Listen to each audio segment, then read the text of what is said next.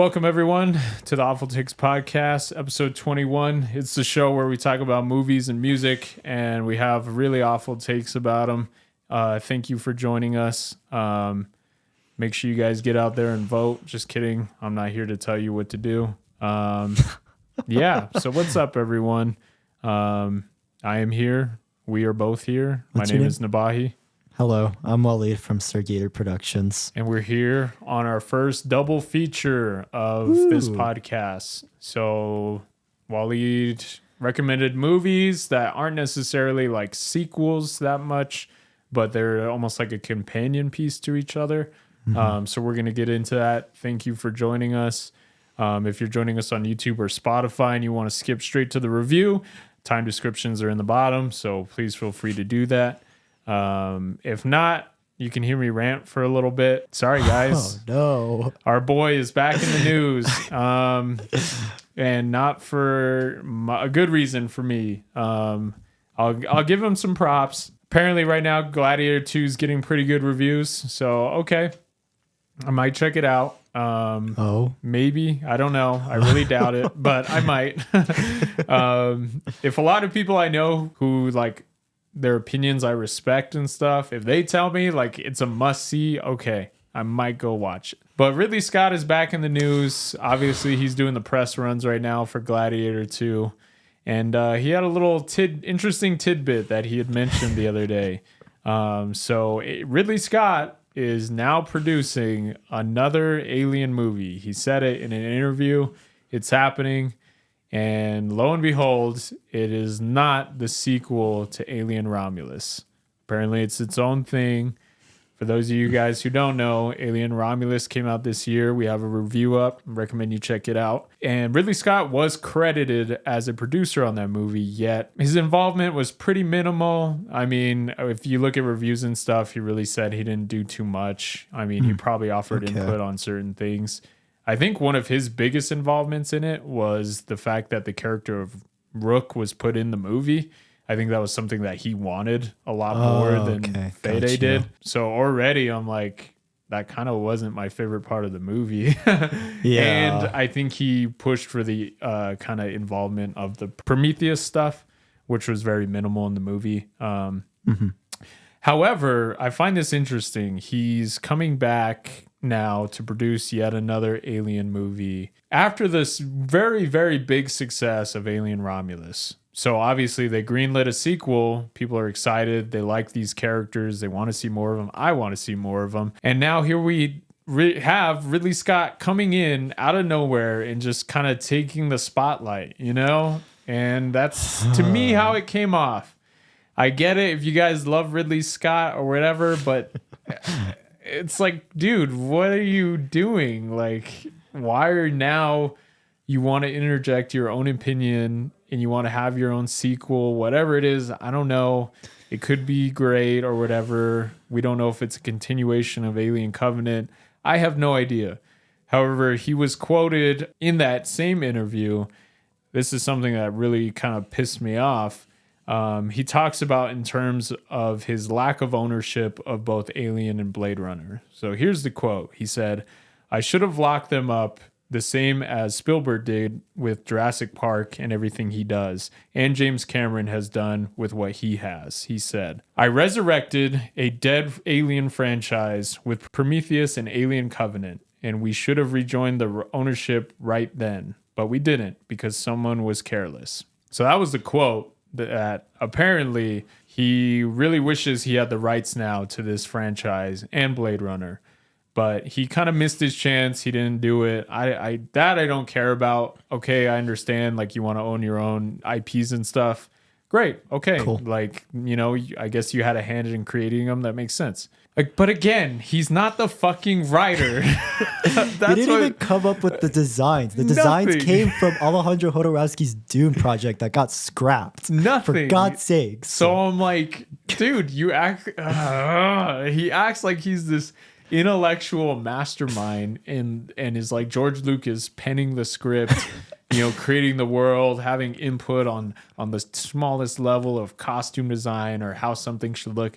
Ridley Scott doesn't fucking do that. He didn't do that with Alien or probably Blade Runner either, you know? Yeah. So that's what pisses me off. It's like, why are you going to say that? And then literally the head scratcher in this quote for me is, I resurrected a dead alien with Prometheus and Alien Covenant. Okay. We'll just break that down.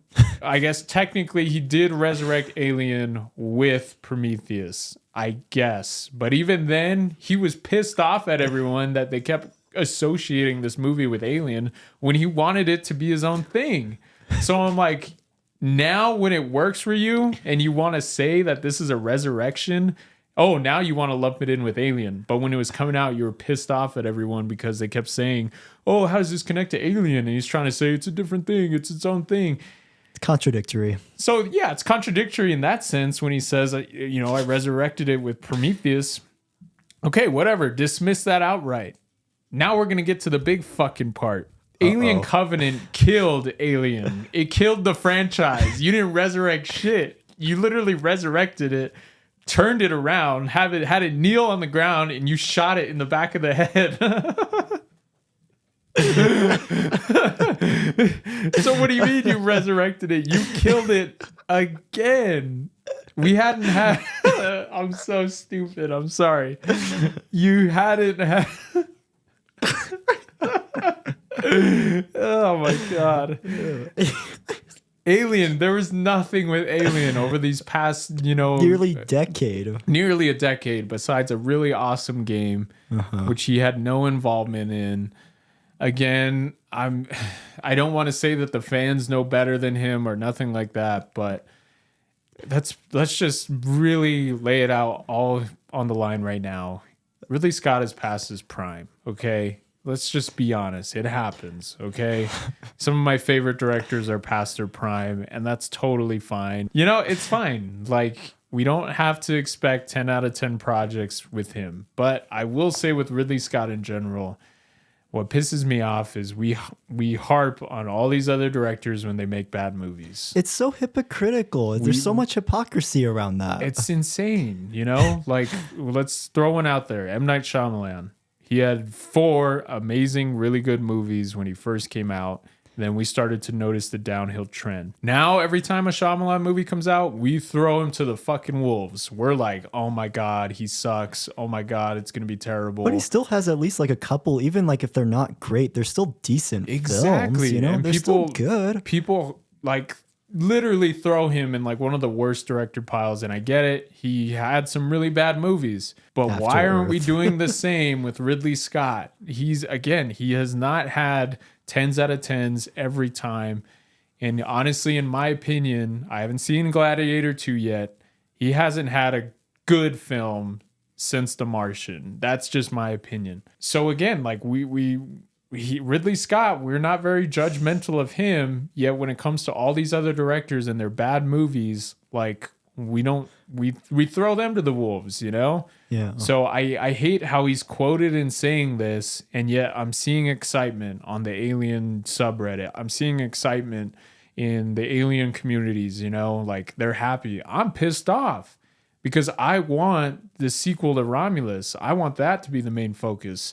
I don't want us to go and watch the sequel to Romulus, which is now greenlit and they're working on it. Which I'm happy about. I don't want to watch that. And then a year later, Ridley Scott takes the spotlight and is like, here's the real Alien sequel. Because we know he's not going to fucking tie it to the Romulus movies. He's not going to do anything that's in that same vein. He's going to probably have it, 200 years past that point. It's going to be with his own characters. And he's going to treat it like, no, this is the definitive source material. It'll be super pretentious and probably really boring. So I don't know if he's directing. If he does find a director, I will say I'll be interested to see how it goes. I'm not going to be excited. I'm not going to buy a ticket right away. But if he can take a step back and give the directing chair to someone else, someone young, someone who has new ideas, things like that, okay, I'll see what happens. But I'd be shocked if that's exactly how it plays out, because I don't think that's how it's going to play out. And I think Ridley Scott, again, he sees the success of all these franchises without him, and he gets jealous, and he wants to have control. So the only way he can do that is make his own movies, because he still has that privilege to go to these studios and say, I have an idea. And guarantee 9 times out of 10, they're going to be like, yeah, go ahead. Here's the money. We'll give it to you. Go ahead. We'll make it happen, you know, which is stupid. It's so stupid. But yeah, this quote really pissed me off. I'm not too excited about it. I really loved Romulus. As of right now, if I was doing a top 10 for the year, it'd be in there. Take it for what it is. I don't know, Wallied, if you had any other opinions. That was just a little rant.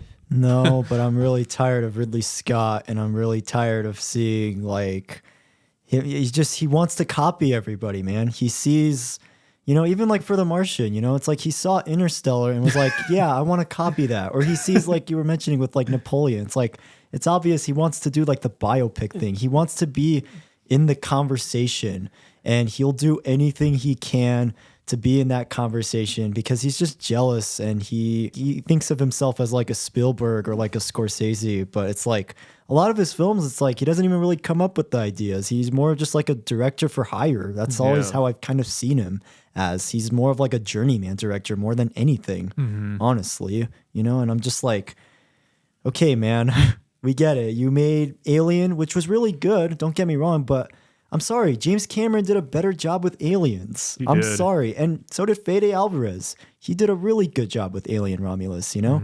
Instead of being like supporting those directors and supporting like younger filmmakers, he's just like, he just wants everything to be his way. Help some other young directors out. Or if you want to keep directing movies, maybe just stick to one film for like 5 years. Like if you look at his IMDb, he has like 10 upcoming projects planned.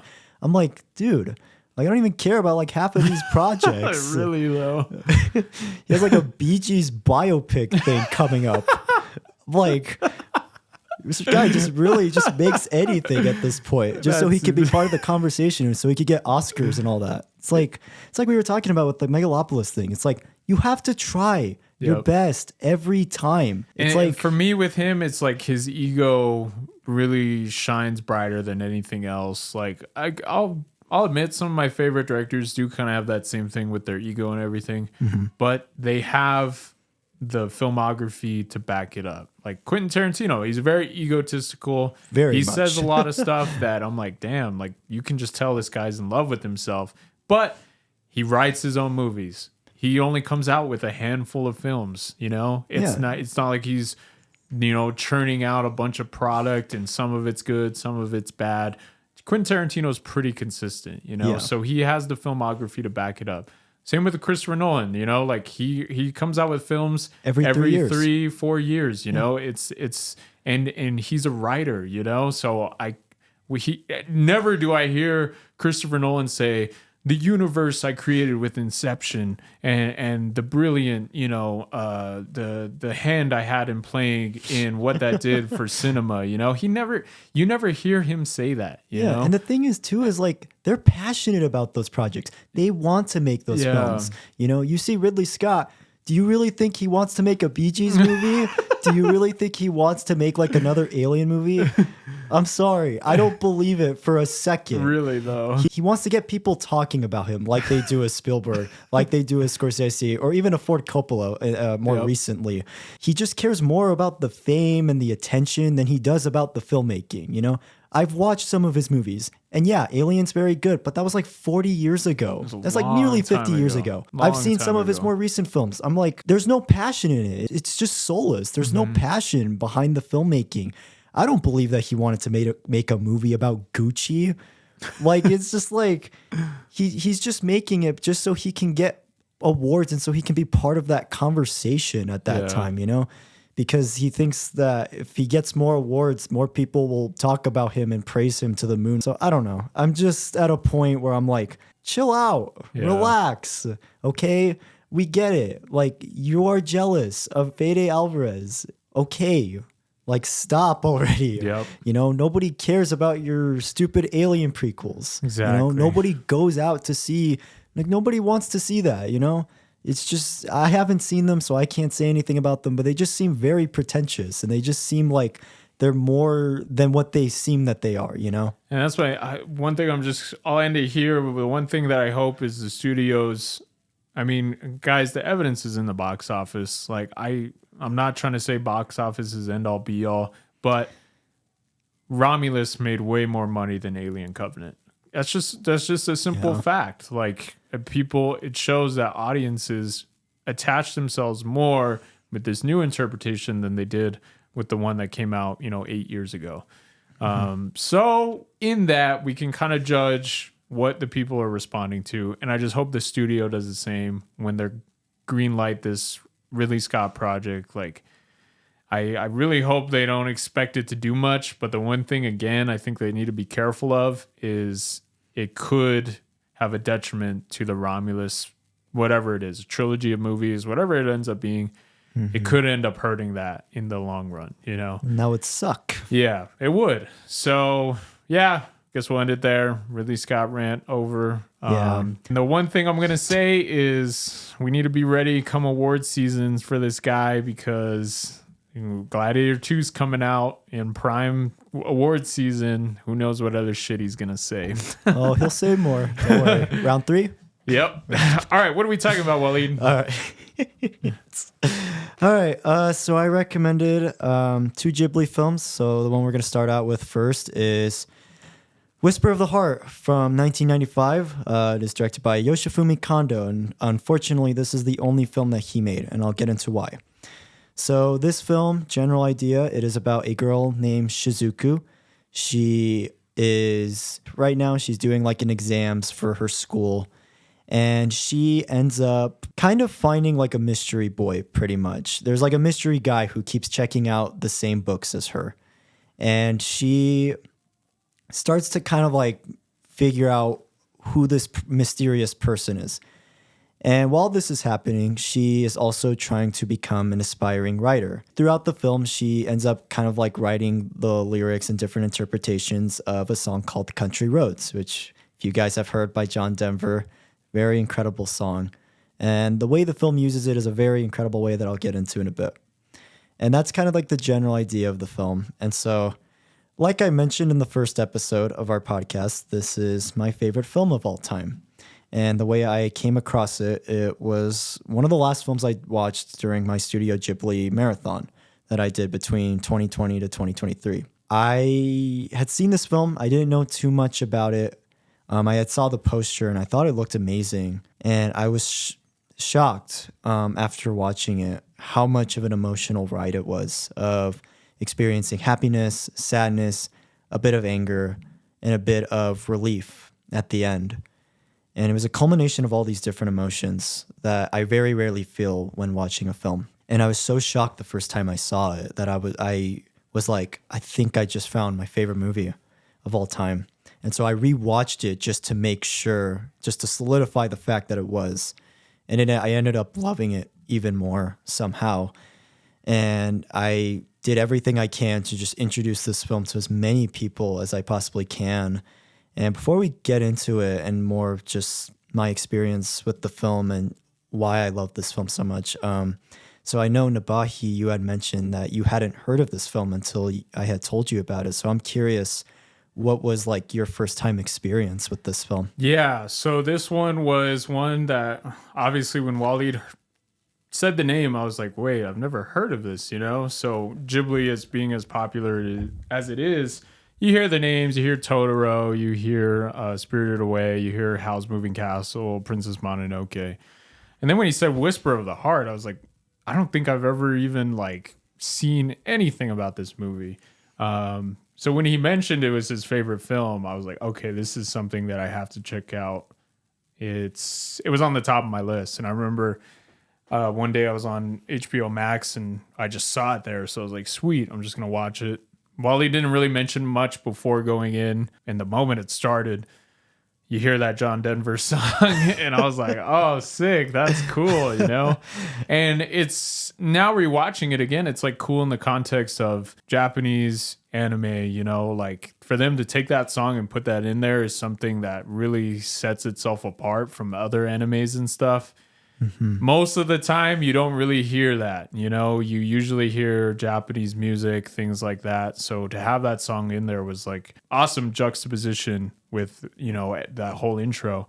But definitely just pretty much not hearing about it. After watching it and everything was just like, why aren't more people talking about this movie, For me, this is definitely one of Ghibli's best, yet it doesn't get the same reaction out of people. Probably the online community is a little bit different, but every time I hear people talk about Ghibli, you hear the names people usually mention. I have never heard anyone mention this movie ever. So I think that played a big part into my expectations, but also how much I ended up enjoying it because it wasn't mentioned that much, you know? And I think that absence of, praise, things like that, really kind of opens yourself up to just treat this movie as its own thing, Sure, it's Ghibli and everything, but it feels like its own thing. It feels like almost, honestly, if Ghibli for me was like almost like its own timeline or something, this is just kind of how I picture stuff.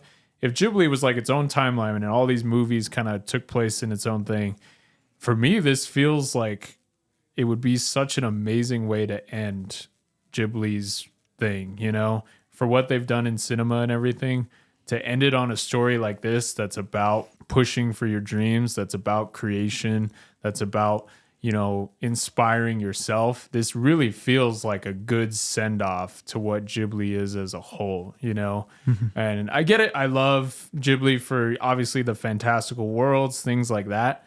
But for them to take this story and release it at a time when it came out that, Ghibli was probably popular for other things was really amazing, So again, that's how I view this movie.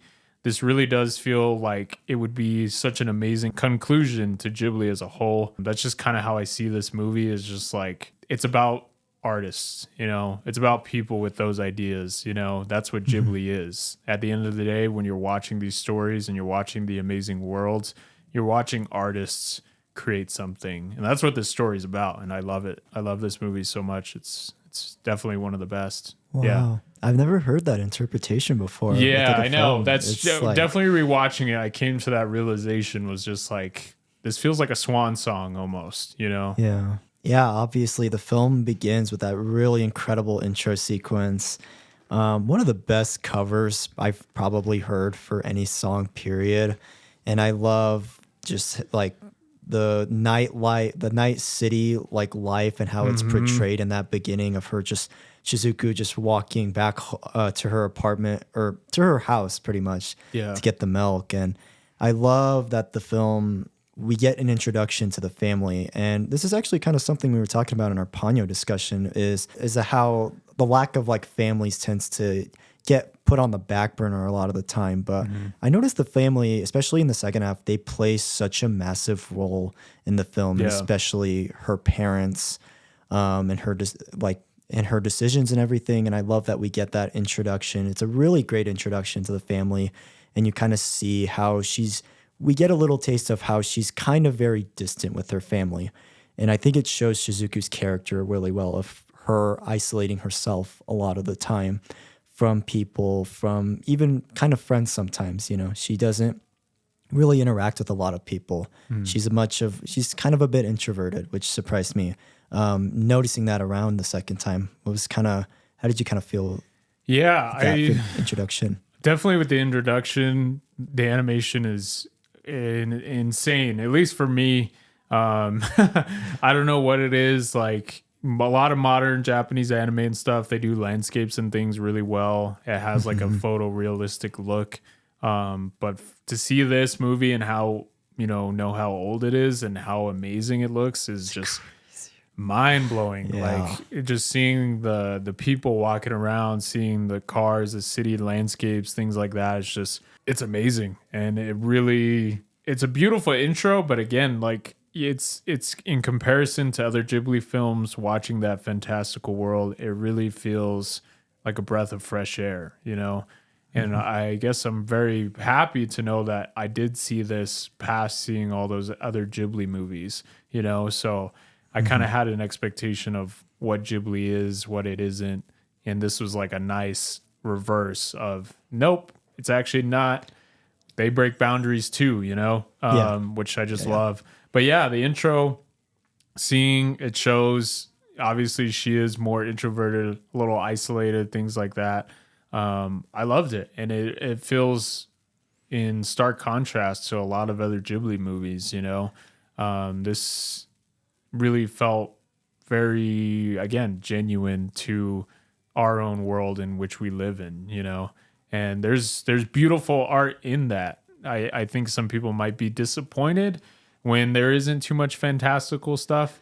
But I think that, again, there is beauty in the world in which we live in. Like, it doesn't need to be fantastical with, you know, crazy, you know, character designs and things like that. There's a lot of beauty in the ordained things that we take for granted, you know? Yeah, and I love that the film goes more in a slice of life direction. It goes more in a much grounded direction compared to a lot of other Ghibli films. Yeah. Like Only Yesterday or My Neighbors, the Yamadas, which are much more slice of life driven and they're much more character focused. And I love that the film mostly focuses on the characters really well. You obviously do get those like imagination sequences that we'll get into later. But I love so much of that. Like the film is very character focused and you get to see like her daily routine.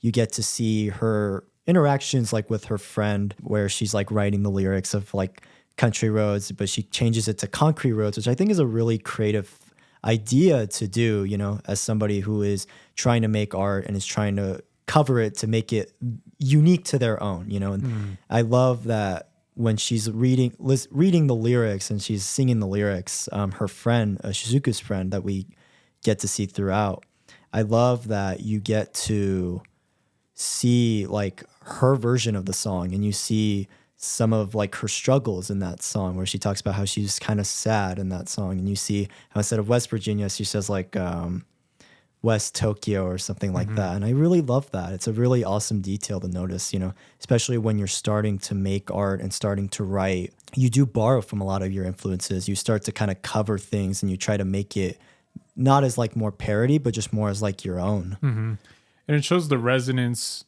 of art to yourself as well, you know, like you want to cover these things, you want to take inspiration from these things because it resonates so much with you, you know. Absolutely. And it's almost like echoing it for other people, you know. That's kind of what we do here on this podcast and things, is just like we have connections with movies and things that we enjoy, music, and it's all about sharing that. But obviously it's done in the interpretation of like a cover, you know. That's really smart.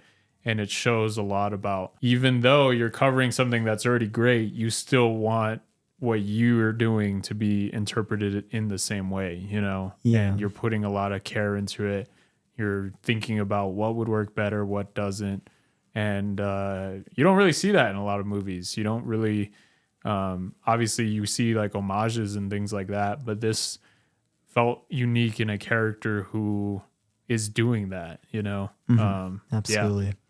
And then after that, we get like probably the funniest introduction with, obviously we don't know who he is at first, but Seiji's character, where he's reading the book that she got from the library and she's trying to figure out who this like mysterious person is. And one thing that I wanted to actually kind of touch on with this is that I think it's a very creative way to show how you view somebody. You know, you have an idea of what that person in your head is like, and that expectation, and it's like once you get to meet the person, you're kind of like have that feeling of disappointment. I don't really know if I've seen another film portray it in a very funny, creative way, because it's like as like that is going along, because it's obvious like we know it's the guy, but I like that we get into that character's headspace of like it's obvious, but we can't put the two and two together. Yeah. And it was a very smart way to show like not only just like their relationship, but also just to like almost kind of like put that mystery aspect into the film of like who this mystery person is. It's like they're right there in front of you, but you're not realizing it. And there's a great line that comes later where he says, "I'd always pass by you at the library just so we can be together." You know, it's such a heartwarming thing to show. How did you kind of feel about like that romantic side of the film and just like that reveal and everything? I really like how tamed it feels. It doesn't feel too like it feels natural, you know. That's what I enjoy about it. Oftentimes in romance and things like that, sometimes it can come off as forced or like, okay, like this is very clear they need to have a romance, things like that. This feels very genuine, and it comes across as, you know, subtle. It takes its time. It doesn't really jump to anything super quickly. And I don't know, I like the internal part of how we view the world and what that is. You know, she obviously sees this person, and again, like you're going over things in your head and how you feel, it can play kind of into your expectations on stuff, you know, and I really like that. And I like how genuine it comes across as. I feel like it just feels so natural. And in a movie like this that's super grounded and super, you know, simple in its approach, I feel like the romance needed to feel that way. It would have been very jarring if it was like destiny or, you know, fate, you know, things like that. I really... Because at first you do think that's going to happen with like the library books, but then it kind of like subverts it and takes a different turn with it. And one thing that I also really love with the romance too is that like, even though they have different views and like they have different dreams of their own, they still end up like inspiring one another and like just helping each other achieve their goals and dreams. You know, it's like just such a... If you've ever been in love before, if you've ever had like a first time love, you know how that feeling feels of like having someone who is wanting to inspire you, you know, and push you even further to like challenge you to be a better writer, like, or even be a better violin maker. And I love that the film just shows that in such a respectful way. You know, it's a side of love that I feel like I feel like I see kind of rarely, you know, because a lot of people are focused more on the passionate sex side of a lot of like love stories in film. And I love to see a film where the love and the romance is much more subtle, and it's more just, they're just trying to help each other out in achieving their dreams of their own. Yeah. It's something I just really, really appreciate a lot about the film. Definitely. And as the film goes along, we get the introduction to the Moon Cat. He plays a very big role, not only in this film, but in The Cat Returns too, which we'll get into. And I love that the line that Shizuku says about how this is the start of a story. And she starts to follow the cat around everywhere. And she ends up finding a new location that she never even thought of that was like near the library. And I know for me personally, like when I drive around town sometimes, when I even go for walks, I'll notice things that I never noticed before. And it's such a great feeling to experience. Like you've lived here for such a long time, but you never knew about like this magical place that's like there. And I love how the cat is basically just like taunting the dogs basically. And I love that he's just kind of like a grump pretty much. And this is one of my favorite parts of the film. So we get a really great introduction to the grandpa character, who I would probably say like all of the characters in this film are fantastic, but I feel like this character is one of my favorites. And I love his introduction of not only getting the introduction to the Baron Cat, which I really loved, and how it plays such a vital role later on, but I also love him building like this clock basically. And it's one of the best foreshadowing details I've ever seen in a film. And it shows like the angle of the king looking at the clock and looking up, he sees like the fairy. And it foreshadows later on when the grandfather is having a dream. And it's actually at that same angle as the guy on the clock, as the king of the gnomes, which I didn't notice until watching it yesterday. And you see him reminiscing and having guilt and regret of not going there sooner to meet with his long lost love. And it was very surprising for sure. And I really loved that it's a side of love where you have Shizuku who's experiencing love for the first time, but you have the older grandpa and he's experiencing a long lost love that he's still waiting on with the Baron Cat. And I love that the Baron Cat plays into like the fact that it's almost like there's a bit of him inside of that Baron Cat. How did you kind of take that? Yeah, no, I think it's always nice when you have characters who are going through similar situations, yet they have like experience, you know? And that relationship can be one-sided, as almost like offer me guidance, like things like that. But it shows the other side of kind of living with that regret of not taking those chances. And that character does have more experience, but they're also kind of able to live through that younger generation, and seeing what can happen when you take those chances and things like that. So I feel like it's a good trade-off of, obviously there are characters in movies, the most experienced, the teachers, things like that. They seem one-sided, and usually they're just seen as like the all-knowing knowledge, the knowledgeable person. Yet this shows the reverse side of that, of they want this just as much as you do. They enjoy seeing that, and it can kind of help them to relive those events in their lives, and I just think that's great. Obviously it ties into stuff that I've felt emotionally too, with things in life. You see younger people going and doing work, going throughout their lives, and it's just like you're reminded of those moments, of like, dang, I was going through that same situation. I know that feeling, and it's nice. It's like a nice connection moment, But yeah, I really love how this movie had those two sides of it, Absolutely. Yeah, it was amazing. It's like an odd feeling of like nostalgia almost that we feel with that grandfather character. And I love that in the second half, which we'll get to later on, how he plays a massive impact in Shizuku's writing and just her inspirations and everything, and it's something also that I wanted to touch on too, is her environment. She is very inspired by the Baron Cat. She's very inspired by the grandpa and by, of course, Seiji and her experience with him. And I love that becomes like the very big inspiration for her story as she is writing it and everything.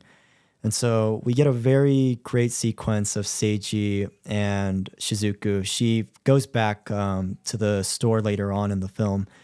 And this quite possibly has to be one of my favorite uses of music in film. So Seiji is showing her like the violins and everything. You get to see his side of like what he's very passionate about in his dreams. And I love that she asks him to play like the violin, and he basically is like, I'll only play it if you sing. And and it's very funny. He's all, you know this song, right? And he starts playing Country Roads. And I love that instead of just playing like the original song, she actually sings the lyrics to the Country Roads version that she wrote. And I love just both of them singing. It's a very heartfelt moment. And I love that like once the grandpa and his friends come in, they don't try to like interrupt or anything. They just come in very quietly and they start playing along with Seiji and Shizuku. It is such a heartfelt moment, and it makes me cry every time I see it, because I feel like this scene encapsulates what makes music so special, and how sharing music with other people and their passion for music can be such a powerful thing. I enjoy this scene a lot just because it has the artist side of, all right, I've created something, I'm terrified. Sharing something you've made is literally opening up your heart to people and being like, here it is. You can judge it, you can do whatever. And that takes a big step. And you would think that sharing it with the people that are closest to you would be easy, but it's actually very, very hard, because those are the people you want to impress. You want them to notice the work you put into it and things like that. But I love that she feels comfortable enough to do that, this is the moment she wants to share it with everyone. Yeah, she's done it with her friends, things like that. But this is a big moment for her, Absolutely. And I love that. And I love that everyone takes notice in that. They don't shoot anyone down or anything like that.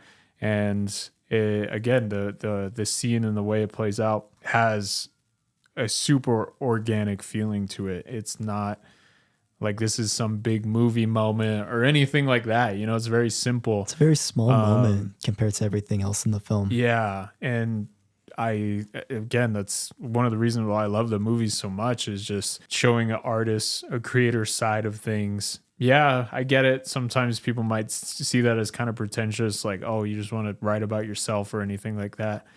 But I think where this movie kind of stands different and then can show younger people is that you can be inspired by mundane things that people don't really notice. Like you said, just going on, a different path, going a different way about things. You can see art, you can have things inspire you that most people might take for granted. Yeah. And I love that the movie has that, and it just comes across as like super, super genuine. But Absolutely. yeah, this scene is amazing. Yeah, and it's like just her at her most vulnerable too. And even her finding out that it's Seiji after, she's so shocked. Yeah. And she, again, like I was mentioning earlier, she had this big expectation of like somebody who's very quiet, maybe isn't like joking around as much.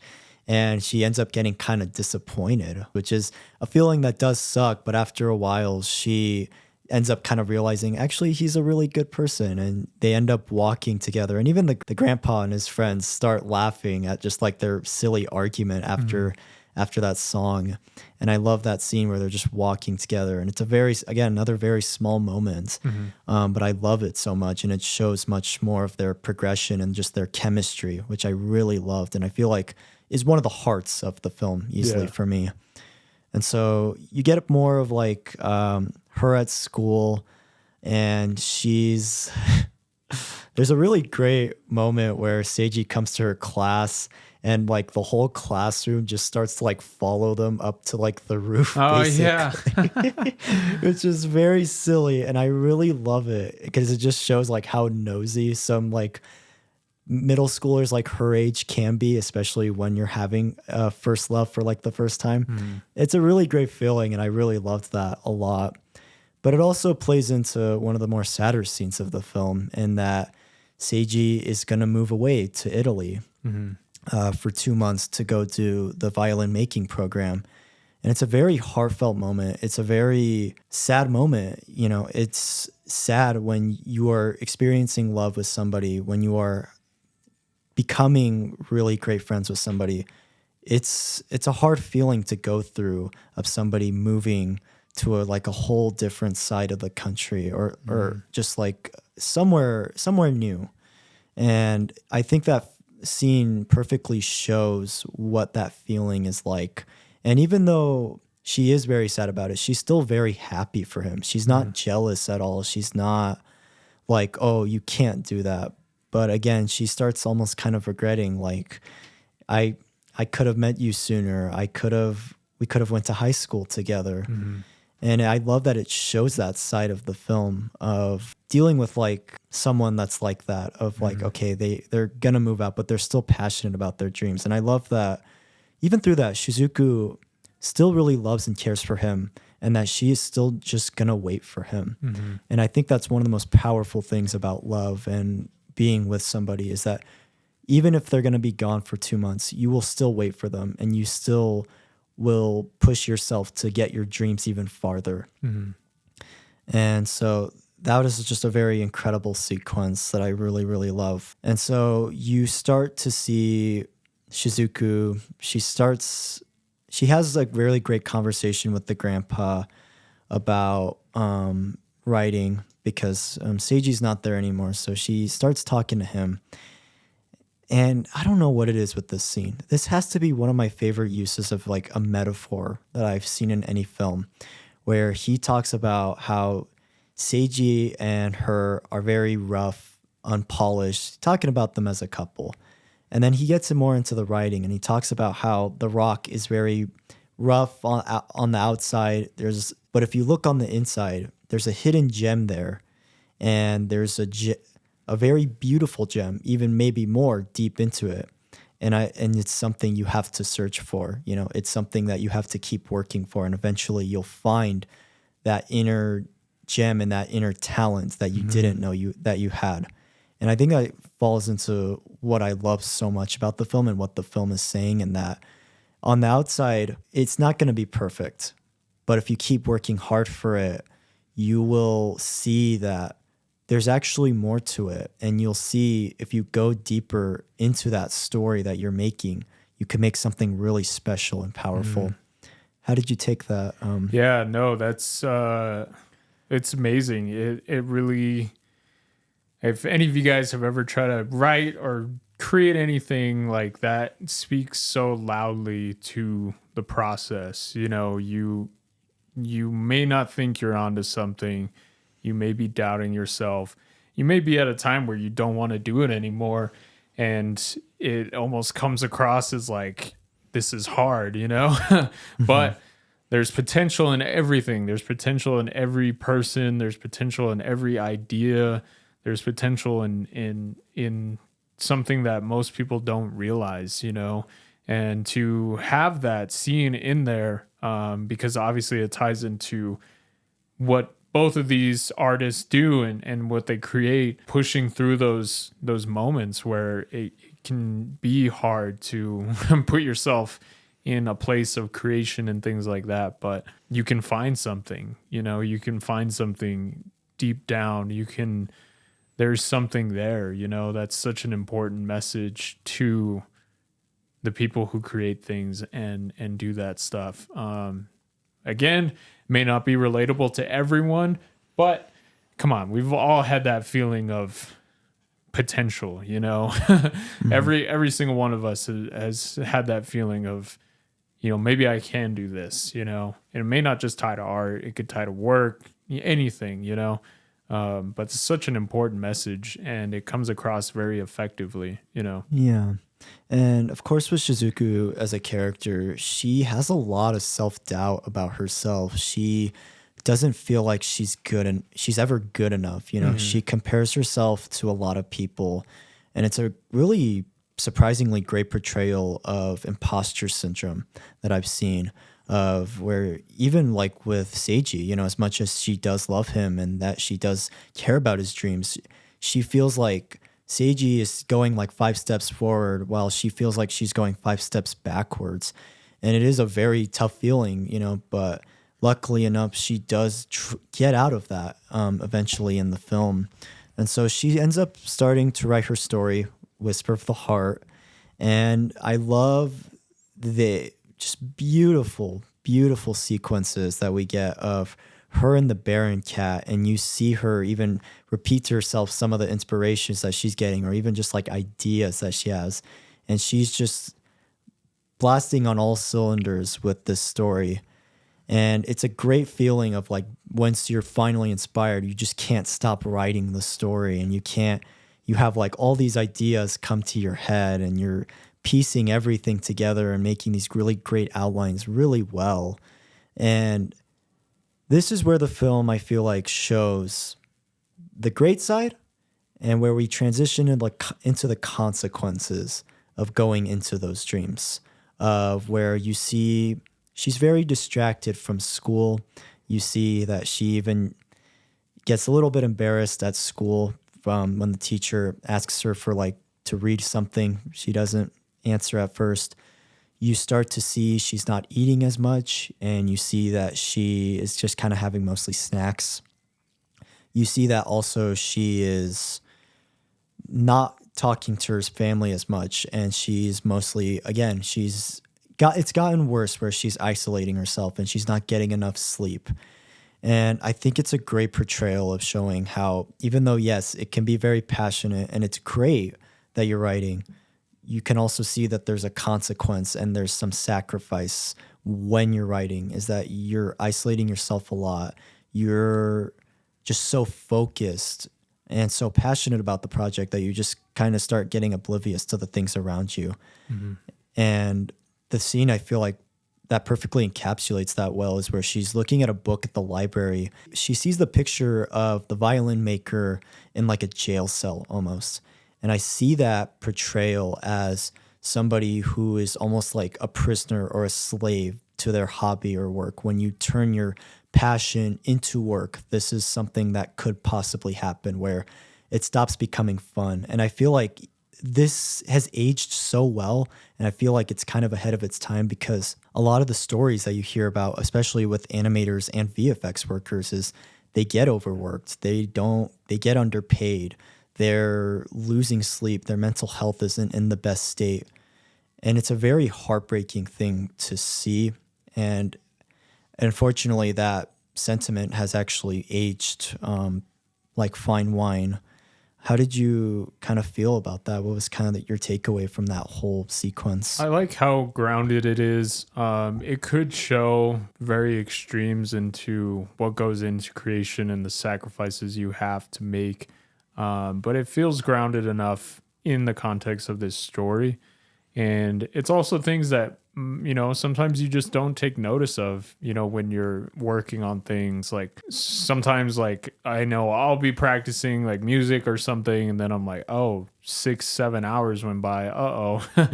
Things like that. So I like how laid back it is in showing those sacrifices. Yeah, sometimes to the artist, you don't really take notice of that stuff. But I like that it's there, it shows that, you're still missing out on time with your family. You may not be eating as much, things like that. I like how it didn't show those super extreme, that the movie could have went for. Kept everything relatively grounded. And then also showing the time in which this movie came out. Obviously, it wasn't at the point where we are now. I feel like now that technology is super accessible, movies, streaming, things like that are super accessible. We tripled, quadrupled our output in creation, media, things like that. But in that, our brains and our bodies didn't catch up to the output we were doing, Yeah. So here we are working, twice as hard and sacrificing a lot to, meet the demands of, where we are now. And it's sad. It's sad to know that there are creators out there who stay up hours on end to meet deadlines, to go to extreme ends to get a finished product out and things like that. So yeah, this feels really ahead of its time to have that look on creation, and creativity. And it is a little sad to realize that, now we live in a world where we want things now. We want things right away. Hearing that something is super far off, and it's just like, why don't we give the artists a chance to take the time in which they need to do what they need to do, So yeah, I really, really appreciated them showing that. It's something you don't see a lot in these stories of, wanting success or wanting to be the best or training to fulfill your dreams. I feel like most of those stories do feel really kind of one-sided to, all I have to do is achieve that dream and then I'm there, Yeah, they show more like the positive side. Yeah. They show the more positive attributes of it. And Yeah. I love that. That's kind of the reason why I love this film so much, is that it shows, well, yes, it's great to be inspired and be creative. It also just shows like just kind of the negative consequences of something like that. And I feel like it shows it even further when you see that sequence where she's looking for the gem. It's almost like, I see it as like her almost kind of running out of ideas, and she ends up kind of picking up that one little small green gem, and you see it's a dead bird. And I feel like that dead bird represents how, if she keeps going like this, if she was to keep having this extreme, it could lead to death, and it could lead to a possible loss. And you see after that sequence that she just lays, it's such a powerful scene. It just shows her laying on the floor, and you just see how burnt out she is. She is so tired. She's trying to beat the deadline before Seiji comes back. And it's a great, really hard-hitting sequence that shows this is what could happen if you don't have a good balance in life.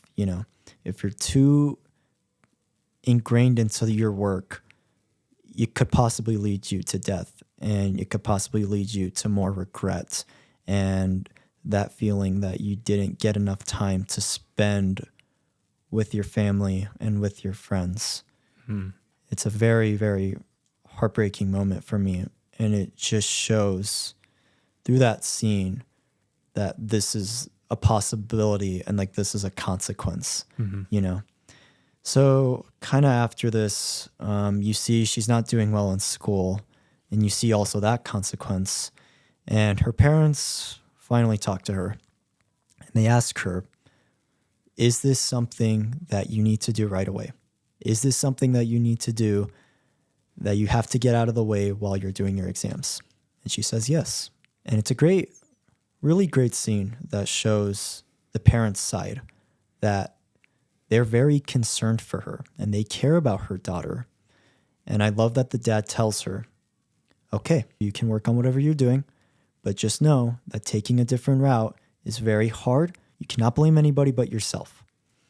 And I think that perfectly shows that this is another side of pursuing your dreams. You're going to have a lot of people tell you no, that you can't do this, but you're also, and you even see on the dad's face that he doesn't really want her to, but he still tells her because he's very supportive and he's caring about her, you know, even though they don't know what this project is that she's working on. And I really love that because it just shows you how, even though maybe it's not what the parents want, they still want to be very supportive of their kid. Mm-hmm. How did you kind of take that scene? What was kind of your takeaway with it? It's hard. It's hard to see, you know, obviously there is an underlying feeling of trying to achieve like perfection. It's very hard to share something that, you know, you don't have the full confidence in, you know, but it's also kind of the game of like, are you ever going to be there? You know, are you ever going to feel like this is perfect and worth showing, you know, things like that? Like how, what does that feel like, you know? And I think with the parents kind of saying that is just like, again, like you have this idea in your head and you're trying to achieve it, but to some other people, it might already be there, you know, like you can get caught in that loop of hitting a deadline or trying to, you know, sacrifice to get this done. And it's like, take time for yourself. And it can be hard to see what that does to people, you know, seeing them work on something so much and they don't have a good look on it, you know, that's sad. And it's sad to see people close to you go through that. And part of you may want them to just simply, all right, like, you need to take a step back, but it's also like, I don't want to hinder you as well. I want you to get what you want. I want you to achieve your dreams and things. So if that is something you want to do, realize like there are consequences, you know? I know in my life, I have a sister who writes and does things like that. And I remember there's a very real moment when she was in the final like post-production editing stuff and she didn't think she had anything worth showing.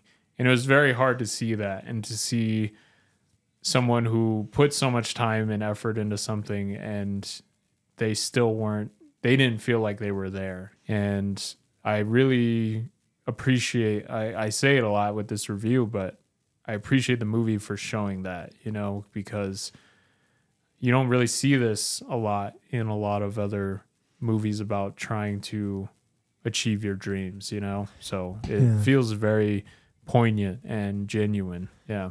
Absolutely. And so after this, she finally finishes her story. She goes to the grandpa and again, we were talking about that dream sequence earlier, fantastic dream sequence. And it's perfect that the way he gets out of that dream sequence is you hear the firewood break and you just hear the door open. I see it as like, it's a representation of there's a new kind of person in his like life that's also loving and caring like his wife was.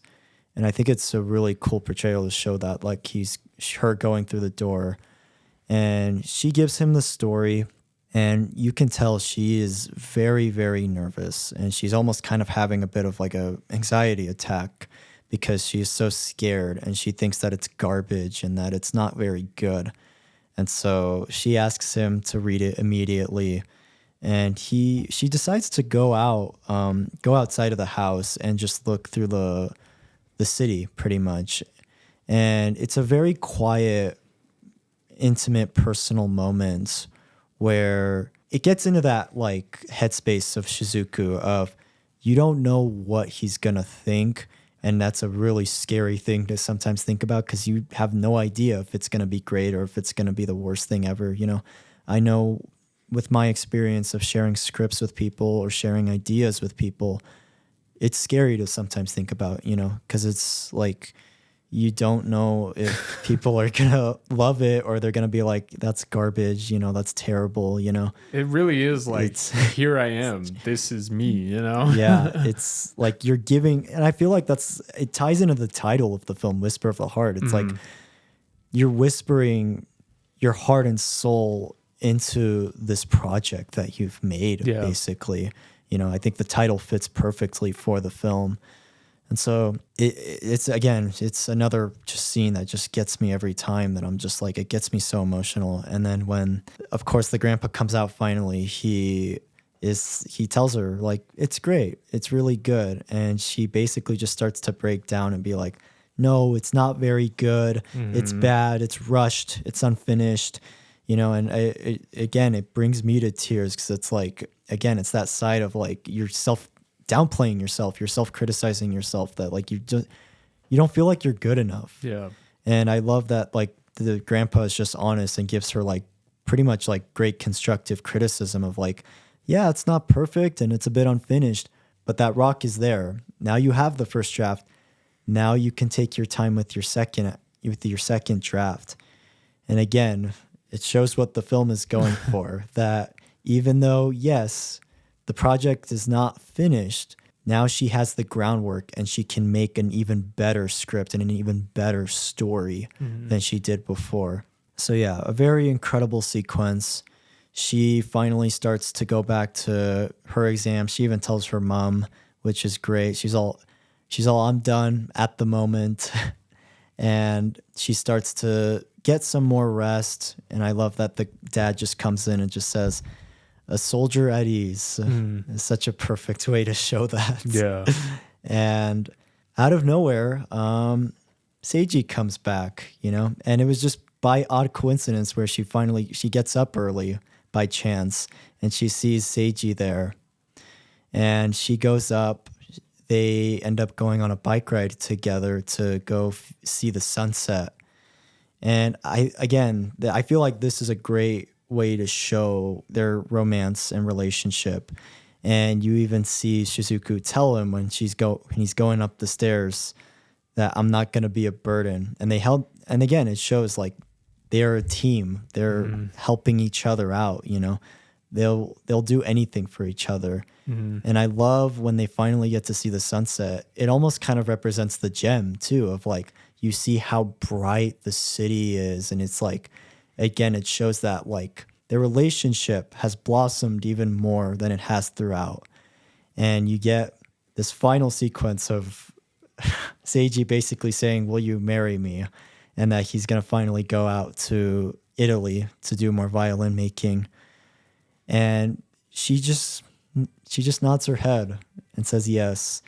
And he basically screams, I love you. And then that's how the movie ends. It ends abruptly right there, which at first I was like a little weird that it ended abruptly, but I feel like it kind of shows that like love is a very abrupt thing. And I feel like it kind of perfectly encapsulates that ending. So how did you kind of feel about that ending and that whole sequence and everything? I feel like an artist's point of view and things like that, you're always, again, trying to get perfection and things like that. But the people around you and things like that can really help you feel tethered and grounded. And I think that's what, at the end of the day, that kind of matters, you know, is obviously, you know, creating great works of art, expression is amazing and everything, but you need those people in your life to support you. You need those people there. And I think I've heard people, you know, say it ends in an abrupt way and things like that, but I feel like that was always the end goal, you know. It would be great to obviously see more, you know, and delve into where these characters' lives go. But I think the fact that they're together, they, like you said, they're a team, like that's what matters. That's the foundation of, okay, now you can go and achieve success, whatever you want, you know. You have everything. You have all the tools. You have the people in your life that you need. And I feel like the movie was just all about learning those lessons of creating art for the first time, you know, Absolutely. and achieving perfection, wanting that, things like that is just going through the artist's, you know, ebbs and flows of creating that first work of art. And now that you've done it, and now that you can arrive at that point, you can Perfect it. And then you can balance your life a little better, you know, Absolutely. because you know, okay, now I know I can stop at this point, or I can take a break, or I can be with this person, you know. And it's, we've seen the other sides of that in movies too, where obviously trying to achieve success in art, sometimes relationships and things like that don't work out, and it takes a back seat and things like that. And it sucks. It's unfortunate, you know. Yeah. But I really enjoy that this movie had that positive angle of, if you can find it and have a good foundation and know, you know, the consequences and the price of creating art, you can make it work in your life. It's not the end all be all, you know. You don't have to pick one over the other, you know. So yeah, to me the ending worked really well. I can get why people say it feels abrupt and things like that, but again, to me, it wasn't about seeing them get to that successful point, you know? Yeah, it was always about this first time. This progression and learning the ins and outs of being inspired and being creative, you know, and wanting to have dreams as like a career. Like, this is the pros and cons of it, which is why I love this film so much. And so we get a really fantastic end credits where, if you actually notice, you actually get to see some of the characters that you see throughout on the screen. You see Shizuku and Seiji actually riding off to the right. There's one other character, Shizuku's friend, that we forgot to mention, and her whole arc with this boy that she kind of has a crush on. There's a bit of like closing actually that they show at the end credits that I thought was really cool. It was a nice little touch. Yeah. And so yeah, that was Whisper of the Heart. Like I said, this is my favorite film ever made. It is such a beautiful, melancholic experience. It is a film that is very inspiring, and I love that you get to see the pros and cons of being inspired and using dreams as a career.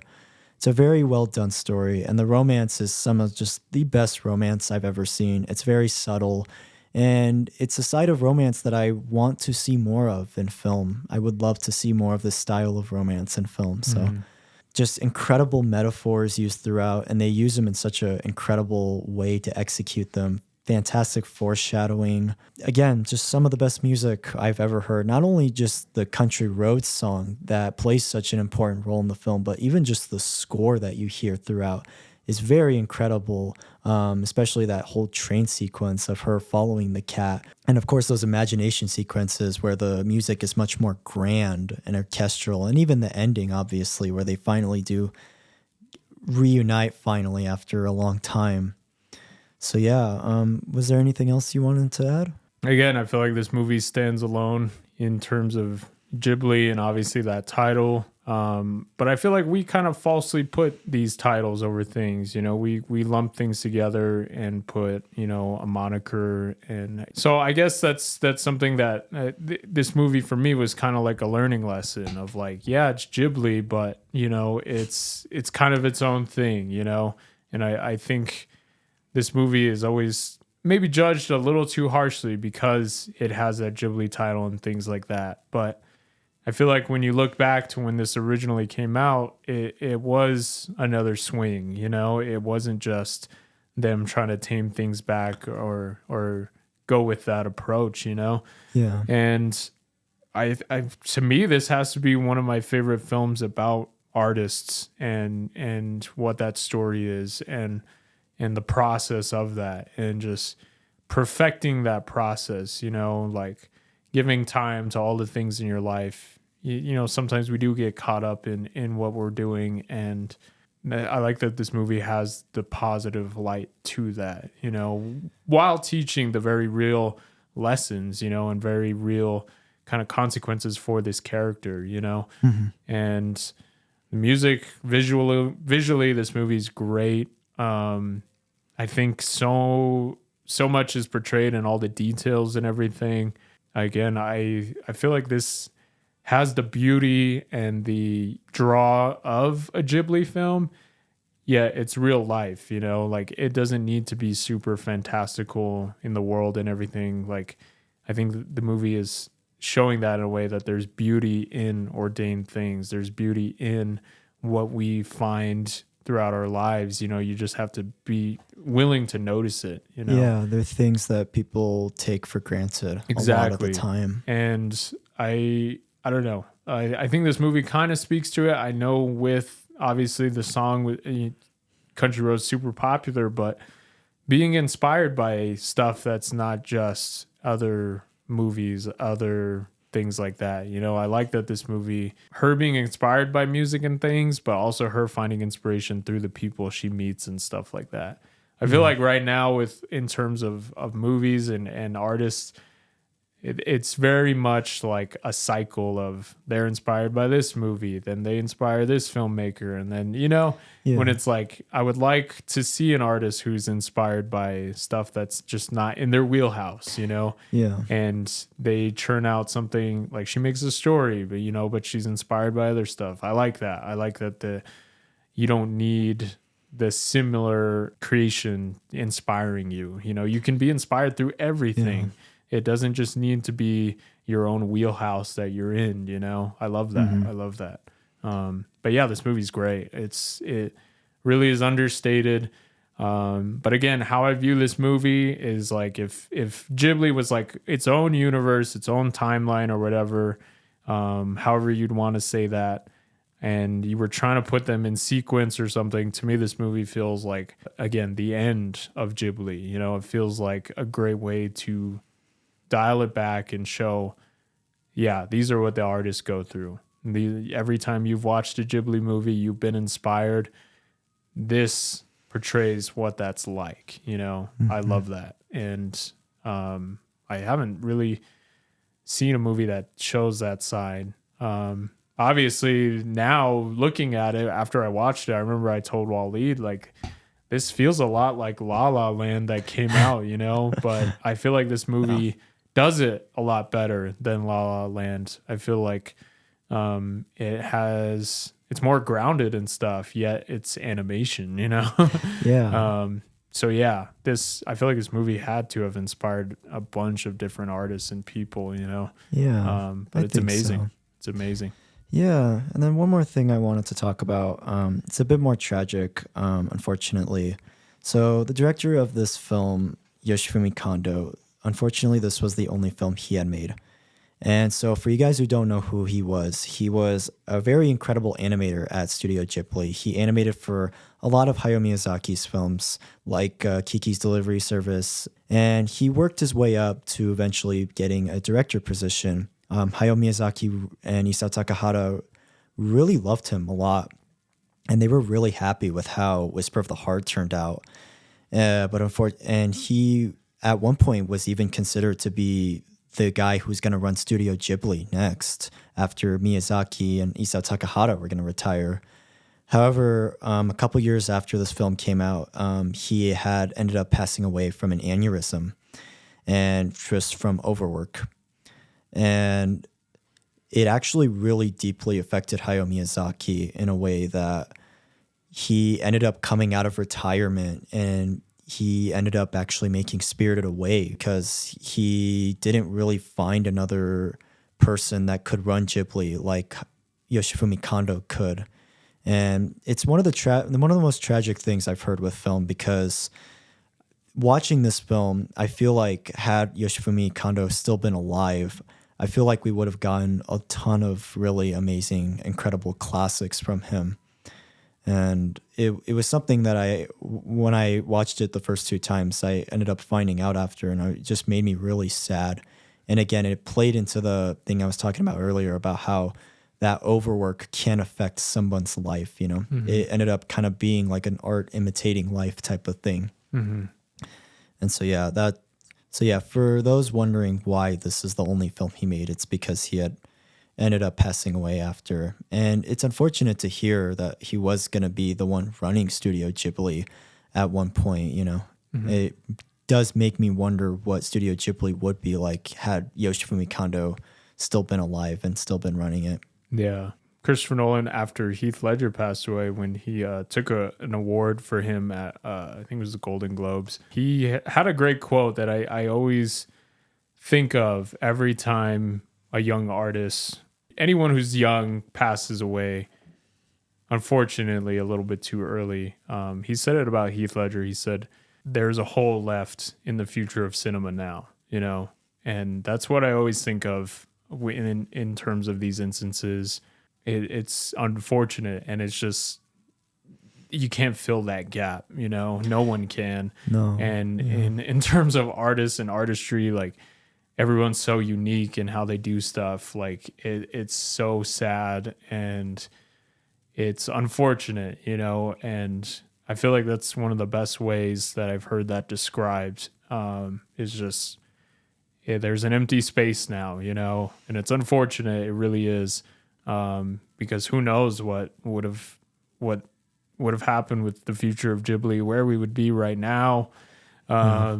Obviously we had great movies that followed, but, man, it would have been amazing to see what else could have came out, you know? Yeah. There's always like a lot of those just what ifs, you know, but it's just a way to just kind of show like, this is their last piece of art, and this is like a best way to like pay tribute is by watching this film and by getting to learn and appreciate just the people around you, and how you can't really just take things for granted almost, you know. It's like a lot of us aren't here for a long time, so we got to try to make the best of it that we can. Yeah. And I feel like Yoshifumi Kondo really did with this film, even if it would be his first and only film. And so, yeah, I just wanted to kind of talk about that. I know that was a bit more gloomy and tragic, but it is something that I feel like is important, especially not only just with this movie, but with just Studio Ghibli in general. So, yeah. But aside from that, it's a film that I will continue to rewatch over and over again, even if there are some very emotionally heavy moments that make me just so sad, and that make me just so rethink a lot of the things in my life. And that's one of the main reasons why I love this film so much, and for many other reasons. So yeah, if it wasn't obvious, it's a 10 out of 10 from me. It's just absolutely perfect in every way. And it's a very inspiring film. You know, it's inspired me a lot. It's made me appreciate life more. It's helped me through the writing process and everything, and it's helped me through my creative and mental process, and I have this film to thank for it.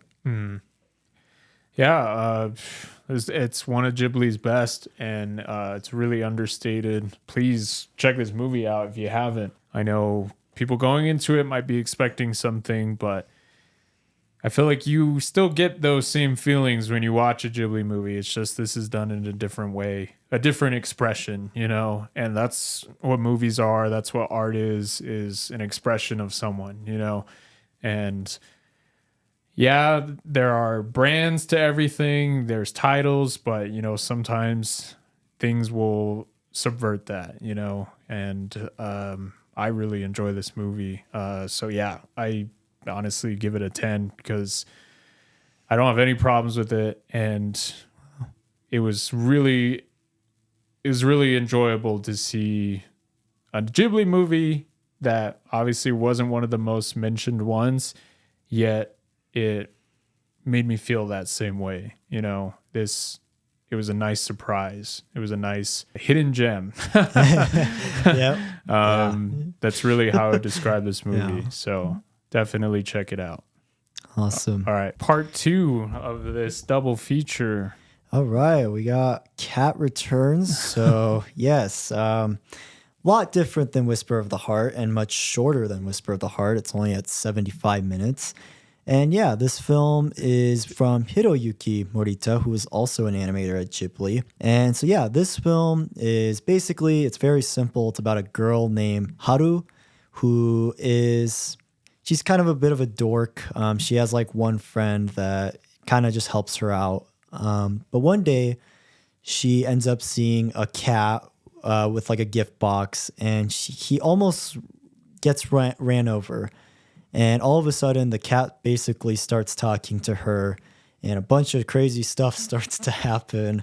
So yeah, Nabahi, I don't know if this was your first time seeing. This was your first time seeing. This it? was, yes. Okay, so I'm very curious to hear what you thought of this one. I really enjoyed it, surprisingly. Okay. After watching it, I went on kind of to the online, talk space, and not a lot of people like this movie, and I was kind of surprised. I felt like this was very entertaining and honestly probably like one of the funnier Ghibli films. I was laughing at like a lot of the humor. For sure. And I don't know. I think what I like about this film, and I guess other Ghibli films tie into it too, but I feel like other Ghibli films have that kind of portrayal on like escapism, from modern life and things, Yeah, absolutely. But I feel like this was done in like kind of like a fun way. There aren't like big stakes or anything. Yet I liked, like you said, Haru is an outcast. And, there are probably tons of people who have felt that way. You find escapism, whether it's through, your imaginative ideas, video games, movies, things like that. You're almost like a separate person in your own life, and how you act around people. And I don't know, I really ended up enjoying it. I felt like it was really funny. It was really imaginative. I liked all the characters in it. So yeah, I was very surprised to see that a lot of people don't really hold this movie too highly, But I feel like, again, it's not trying to achieve that. These characters aren't going through a tremendous loss. They're not going through anything super emotional, but it was really heartfelt. It felt very nice, Yeah, absolutely. I would say it leans a lot more into the more simpler side of Ghibli that we do kind of get every once in a while, like with the Totoro or Ponyo or even like a Porco Rosso. And I really love that the film is pretty simple overall. And I love that the film kind of quickly just starts to get into like just the action of everything, and just like the whole story. One of my favorite sequences in the film is where after she saves the cat's life, which she doesn't realize is like the prince of like the cat kingdom. And it basically just starts talking to her, and her friend is like, "What are you talking about?" Yeah. I love that, like, out of nowhere, this like cat like parade just comes out of nowhere. And this scene makes me laugh super hard, where all of a sudden like all these cats start to like come into the parade, and out of nowhere these like cat bodyguards This is great. these cat bodyguards just come in. They start like throwing the cats like all over the houses. And I love just like you see the king of the cat kingdom. He's kind of like a lazy cat. He's a lazy fat cat, which I think fits perfectly with his character. And you kind of just see like his kind of whole attitude, and that he's kind of lazy and that he doesn't really care all that much. He's all, "Hey, what's up?" I love his introduction. It was awesome. And I love that out of nowhere, she just gets like the paper. She doesn't even open it up to see like what like the instructions are of like what she's basically now is like. She's basically like a cat princess at this point. Yeah. And I love like the scene after, where it's like you see like there's cat tails everywhere. She's getting chased by cats. Yeah. I like the cats bring her like all these, gifts as show of gratitude, just like wrath. I was like, that's so funny. And then they all like start attacking him. I don't know, like, and then when the one of the servants of the king was like, "Oh, I was." We thought we were showing gratitude. We thought these were great gifts, I was like, that's hilarious. I don't know. I liked it. I liked it a lot. Yeah. And it fit perfectly too. Cause it's like, of course I don't think they've ever really had an experience with a human. So it's like, they're just making the assumption that she's like maybe half cat or something. Yeah. And I think that fits really well, like just with the overall like kind of film. And so I love, as the film goes on, you kind of get to see a more mysterious side. There's also like a really great foreshadowing in this film, where you kind of hear like this stranger's voice of like, oh, go find the Baron cat, you know, with the white cat, the white fat cat. And I love how it plays later on into the film. And there's a great like scene too where Haru is talking to her mom and she starts kind of wondering if she's like kind of a cat person almost. And I love that we get to see like her character and just showing like how much she cares about cats and just how much she just cares about animals in general, where she basically gives her snacks to like the cat, which maybe not the best thing to do, feed your cat, but yeah, I really loved it. It was a very heartwarming, heartfelt moment, and it shows just Haru's character in general and how she feels about cats. She's definitely a cat person, I would have to assume. So yeah, I love like that whole journey of where she goes to find the white cat. And you actually kind of find out this cat is kind of similar to the one from Whisper of the Heart, actually. Yep. Yeah. He even has like the little birthmark on his left ear, pretty much. And I just thought that was like such a cool way where she's following that cat. You know, she follows Muta, as his name is. And it's a lot similar, too, to like Whisper of the Heart. It's almost kind of like a homage of sorts. And I really love that. It's one of my favorite portrayals of like an homage that I've seen.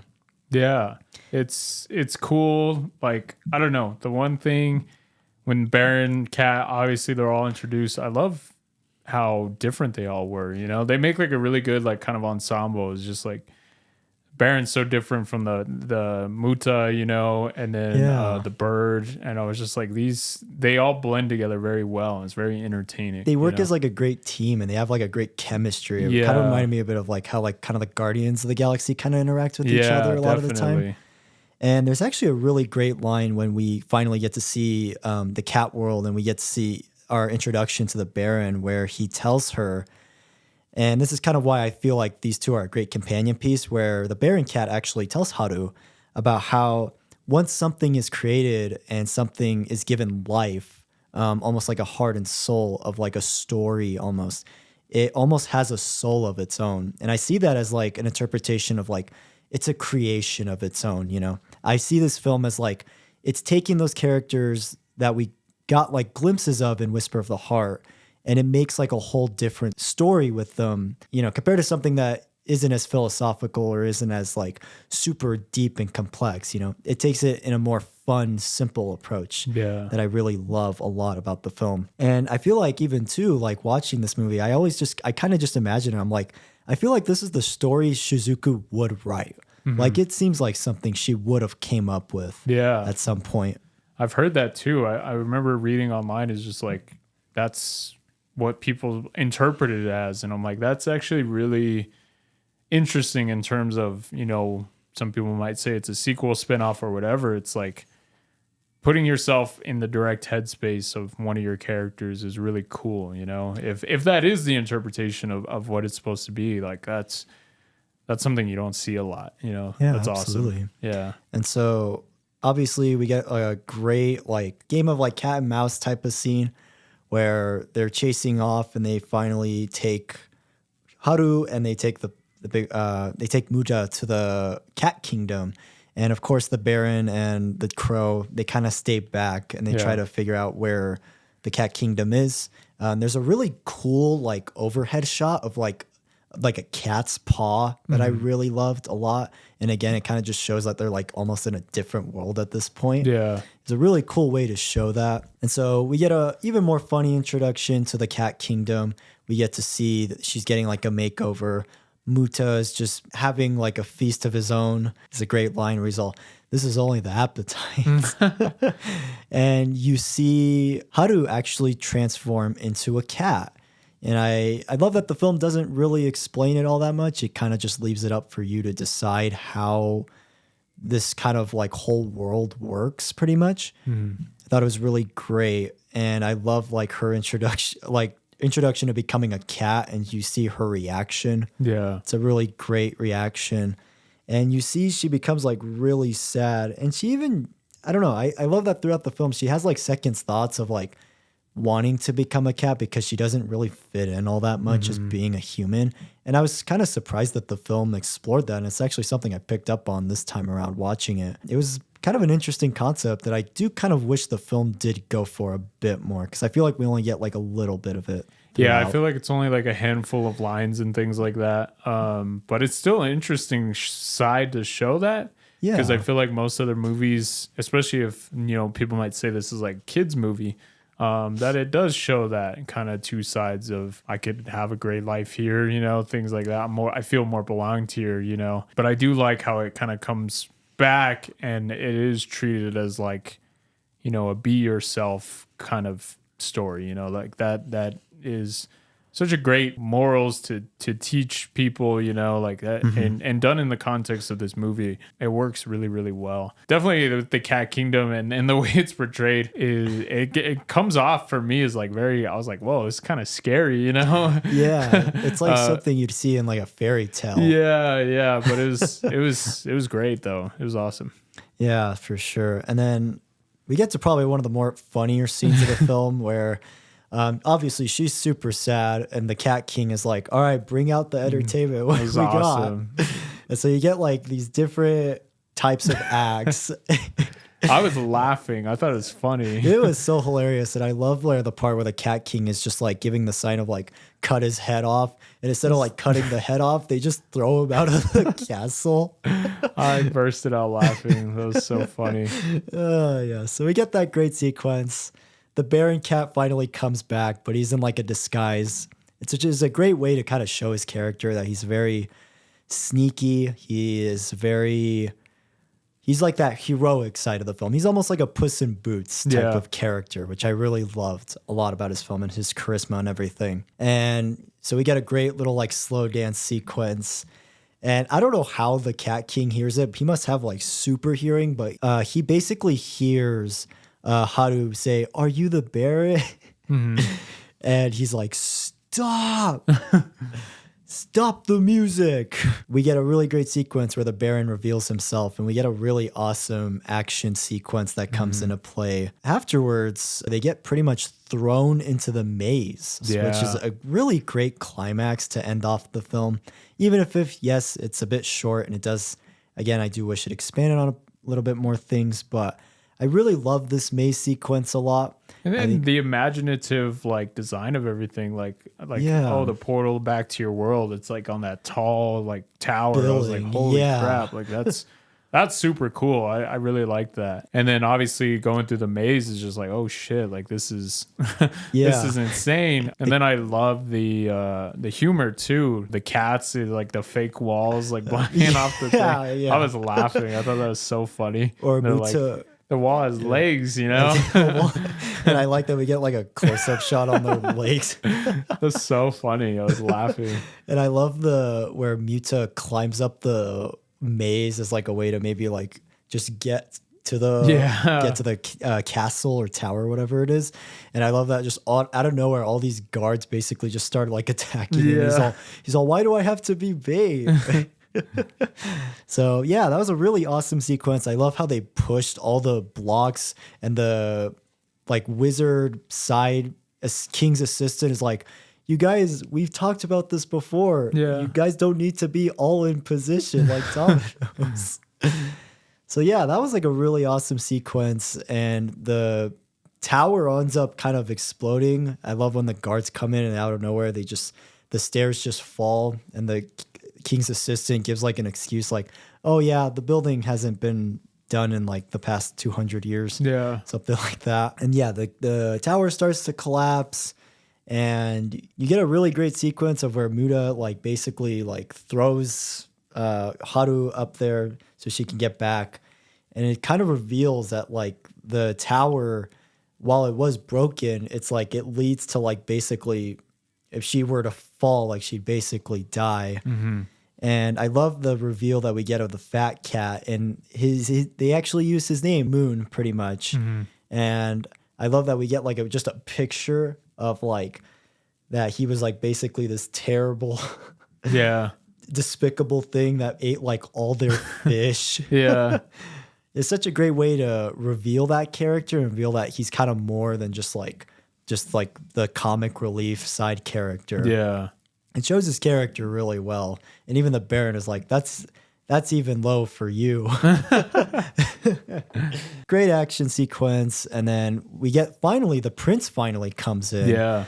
And the prince is surprisingly like a very caring, kind person. And you finally get the reveal that like the prince and the white cat that I was talking about from earlier, they're actually getting married. And it was a nice little sweet thing to show, even if, again, I do wish we got more scenes of like those two characters, because I don't feel like they're all that much throughout, especially because that prince character plays such a vital role in the beginning. But it was nice to show that like the king is kind of like in control, and he's just kind of like making decisions for the son that he probably shouldn't be making, you know? Yeah. It was a great way to kind of show that king character more. And even the king at one point is like, okay, you can marry me then. Oh yeah, that was funny. I was like, oh my goodness, dude. Oh my God. It just shows more of his character. And so they finally end up getting out. They, the prince and the white cat thank her for basically getting them together, I guess. Yeah. Odd coincidence and destiny, pretty much. Really though.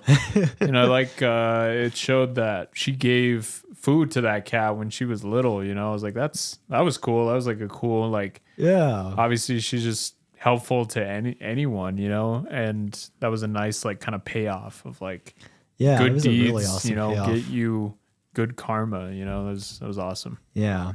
So treat cats right, guys. That's the moral of the story. Exactly. Yeah. So then they finally end up leaving the Baron, Moon, and Haru. They almost fall to their death. They do like they all hold hands together. And luckily enough, the crow finally comes back into, and I'm glad the crow played such a vital role into the climax. I liked the joke where Muta was holding Haru and then she's like trying to save her, and then she's like, I'm bigger now or something. And he says like a joke. I forget what it was. I wish I wrote it down, but I remember laughing. She was like, please don't tell me that I'm too heavy. Yeah, it's so funny. He's all, you need to lose a little bit more weight. He said something. I was like, I don't know. I thought it was really funny. Yeah, that was a really hilarious line. Yeah. And so the sequence with the crows was really awesome. The animation when they were falling was really cool. Yeah. Like, it looked really great. I was kind of very shocked. Fluid. Yeah. Very much so. And so, yeah, the crows come in and they all step on like the crows as like a ladder thing, which was like really cool. And I was kind of at first like, wait, what? That has to be hurting the crow's back, right? But then the crow's like, oh yeah, you guys are as light as a feather. And Muta's like, not so much so for me. Yeah. And so, yeah, she ends up going back to school, and she has to end up going to class, unfortunately, which I don't know how you could go to class after that whole adventure, but okay, sure. And so, yeah, we get a nice little conclusion with the Baron Cat and Haru. Haru admits that she has like a bit of a crush, which I thought that was kind of cute. I liked that. And so, yeah, she ends up going back to class, and we get a bit of like an epilogue of like, just kind of her. I'm assuming it's like maybe a month or two later, you know, and you see her with her friend, and she ends up kind of having like a different perspective than she did before, you know. The guy that she liked originally earlier on in the film, she ends up not really caring much about him after that whole adventure. And so it's kind of cool to kind of see like her character change a bit. And so, yeah, that's kind of how the film ends. And I would just kind of say my only gripes with the film, as much as I do love the film and I will recommend it to anybody, I do wish it was longer. I really wish, I feel like if you had like another 20 to 30 minutes to expand more on like the ideas that you were setting up, like with the Cat Kingdom, like with Haru's character and her questioning whether or not she wants to be a cat, I think it would have been really amazing. And I feel like it would have been like a top 5 Ghibli film easily for me. And I just kind of wish the friend was along for the ride, because I did really like her friend a lot. And I do kind of wish she did get to be kind of part of the adventure, you know, which maybe if that wasn't the intention, sure. But I do kind of wish, again, we got that her and her friend expanded upon a little bit more. Yeah, I really enjoyed it. Like you said, it could be a little bit longer. things could be more fleshed out, and I feel like you would have a really, really solid Ghibli film. Yeah. One of my other critiques is in some sequences it's great, but sometimes the animation isn't super top notch. It's not like super, fluid and amazing. That was one of my takeaways.